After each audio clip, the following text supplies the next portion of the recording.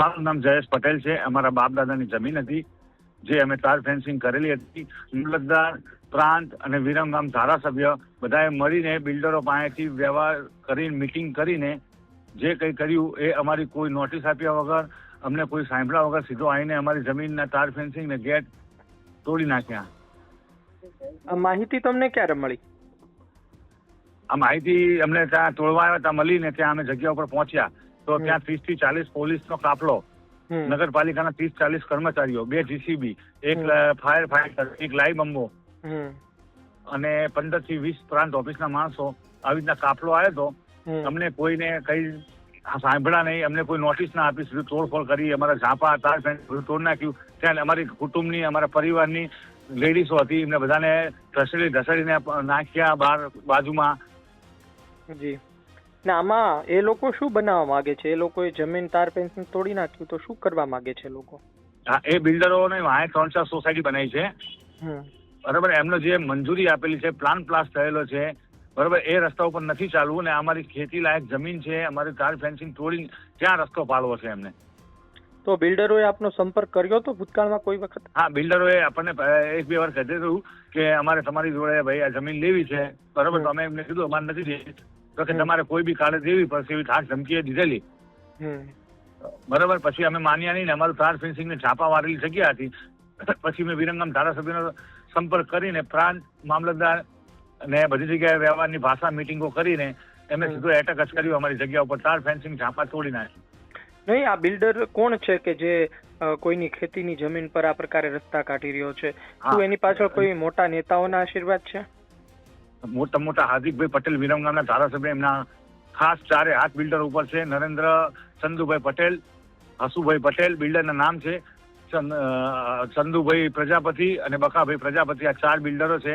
એમની 500 મકાનની સ્કીમો છે ત્યાં।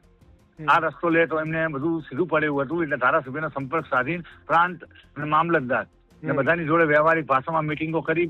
બપોરે 12 વાગે મીટિંગો કરી છે, 12 થી 1 મીટિંગ ચાલી છે, એના સીસીટીવી બી તમે તપાસી શકો છો સાહેબ પ્રાંત ઓફિસના। અને મીટિંગ પત્યા બાદ 3 વાગે કાફલો લઈને સીધા આવી ગયા છે। જી, ને પ્રાંતનું કામ હોય છે ને પહેલા તો અધિકારનું, પ્રાંત શું કરી રહ્યા હતા? પ્રાંત કઈ નહીં, એક મોટા નેતાના વિરમગામના ધારાસભ્યના ઈશારે જ ચાલી રહ્યા છે।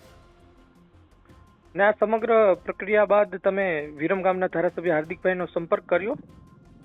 હાર્દિકભાઈ સામે મળેલા છે બિલ્ડરો સાથે, તો એમનો સંપર્ક કરીને અમે કોઈ ન્યાય આપે એવું નથી, એટલે અમને ભરોસો છે દાદાની સરકાર, ભાજપ સરકાર, ભૂપેન્દ્ર દાદા અમને ન્યાય આપે એના માટે અમે આજે વિધાનસભામાં અમે ખેડૂતો આવ્યા છીએ। હાર્દિકભાઈ શું કહી રહ્યા છે આ બાબતે? હાર્દિકભાઈ કઈ કરી નથી, હાર્દિકભાઈ બિલ્ડરના માણસ છે, હાર્દિકભાઈ કોઈ ગરીબ ખેડૂતના માણસ નથી સાહેબ।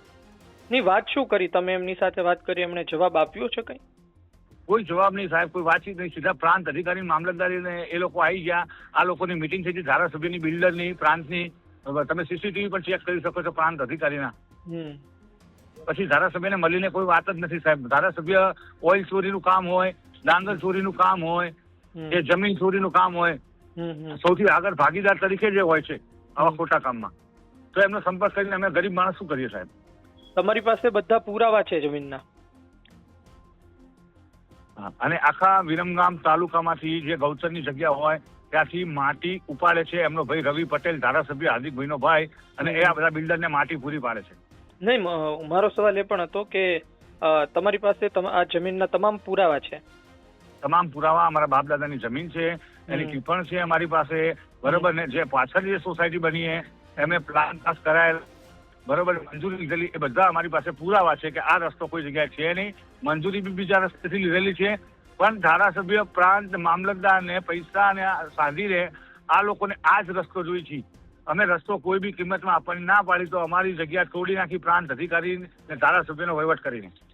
આમાં તો જે તે સમયે તમે વાત કરી કે બિલ્ડરોએ કહ્યું કે જમીન તો તમારે ખાલી કરવી પડશે, વેચવી હોય તો વેચી દો, નહીતર ખાલી કરવી પડશે, જે પ્રકારે તમે વાત કરી તે મુજબ તમે પોલીસ સ્ટેશનનો સંપર્ક કર્યો હતો કે આ પ્રકારે ધમકી આપવામાં આવી રહી છે? હા, નહીં, અમે એ પ્રકારની મારે મામલતદાર, પ્રાંત અધિકારી અમારી ઝાપા તોડી ગયા ત્યારે અમે પ્રાંત અધિકારી ઉપર અરજી કરેલી છે। આજ દિન સુધી પ્રાંત અધિકારીની કોઈ પૂછપરછ કે કઈ ઇન્કવાયરી થઈ નથી, બરોબર। અમે બધી જગ્યાએ રિસ્યુ કરી છે, Viramgam town police station, DYSP office, SP office, CM કાર્યાલય, બધી જગ્યાએ અમે કરેલી છે અરજી। તો હવે મુખ્યમંત્રી ભૂપેન્દ્રભાઈ પટેલ પાસે શું માંગ છે તમારી? અમને ભૂપેન્દ્રભાઈ પટેલ પાસે ન્યાયની માંગ છે અને અમને ભરોસો છે કે દાદાની સરકાર અમને ન્યાય આપશે. એના માટે અમે આજે અહીંયા આવેલા, પણ અમારી ધરપકડ કરી છે પોલીસે અને હાલ અમે અટકાયતી પગલામાં છીએ. જી ધન્યવાદ. આપે અમારી સાથે તમામ બાબતે વાત કરી અને આશા રાખીએ કે તમારા પ્રશ્નનું જલ્દીથી નિરાકરણ આવે અને ખરા અર્થમાં જો કોઈ બિલ્ડરની દાદાગીરી આ પ્રકારે ચાલતી હોય તો તે નાબૂદ થાય. ધન્યવાદ.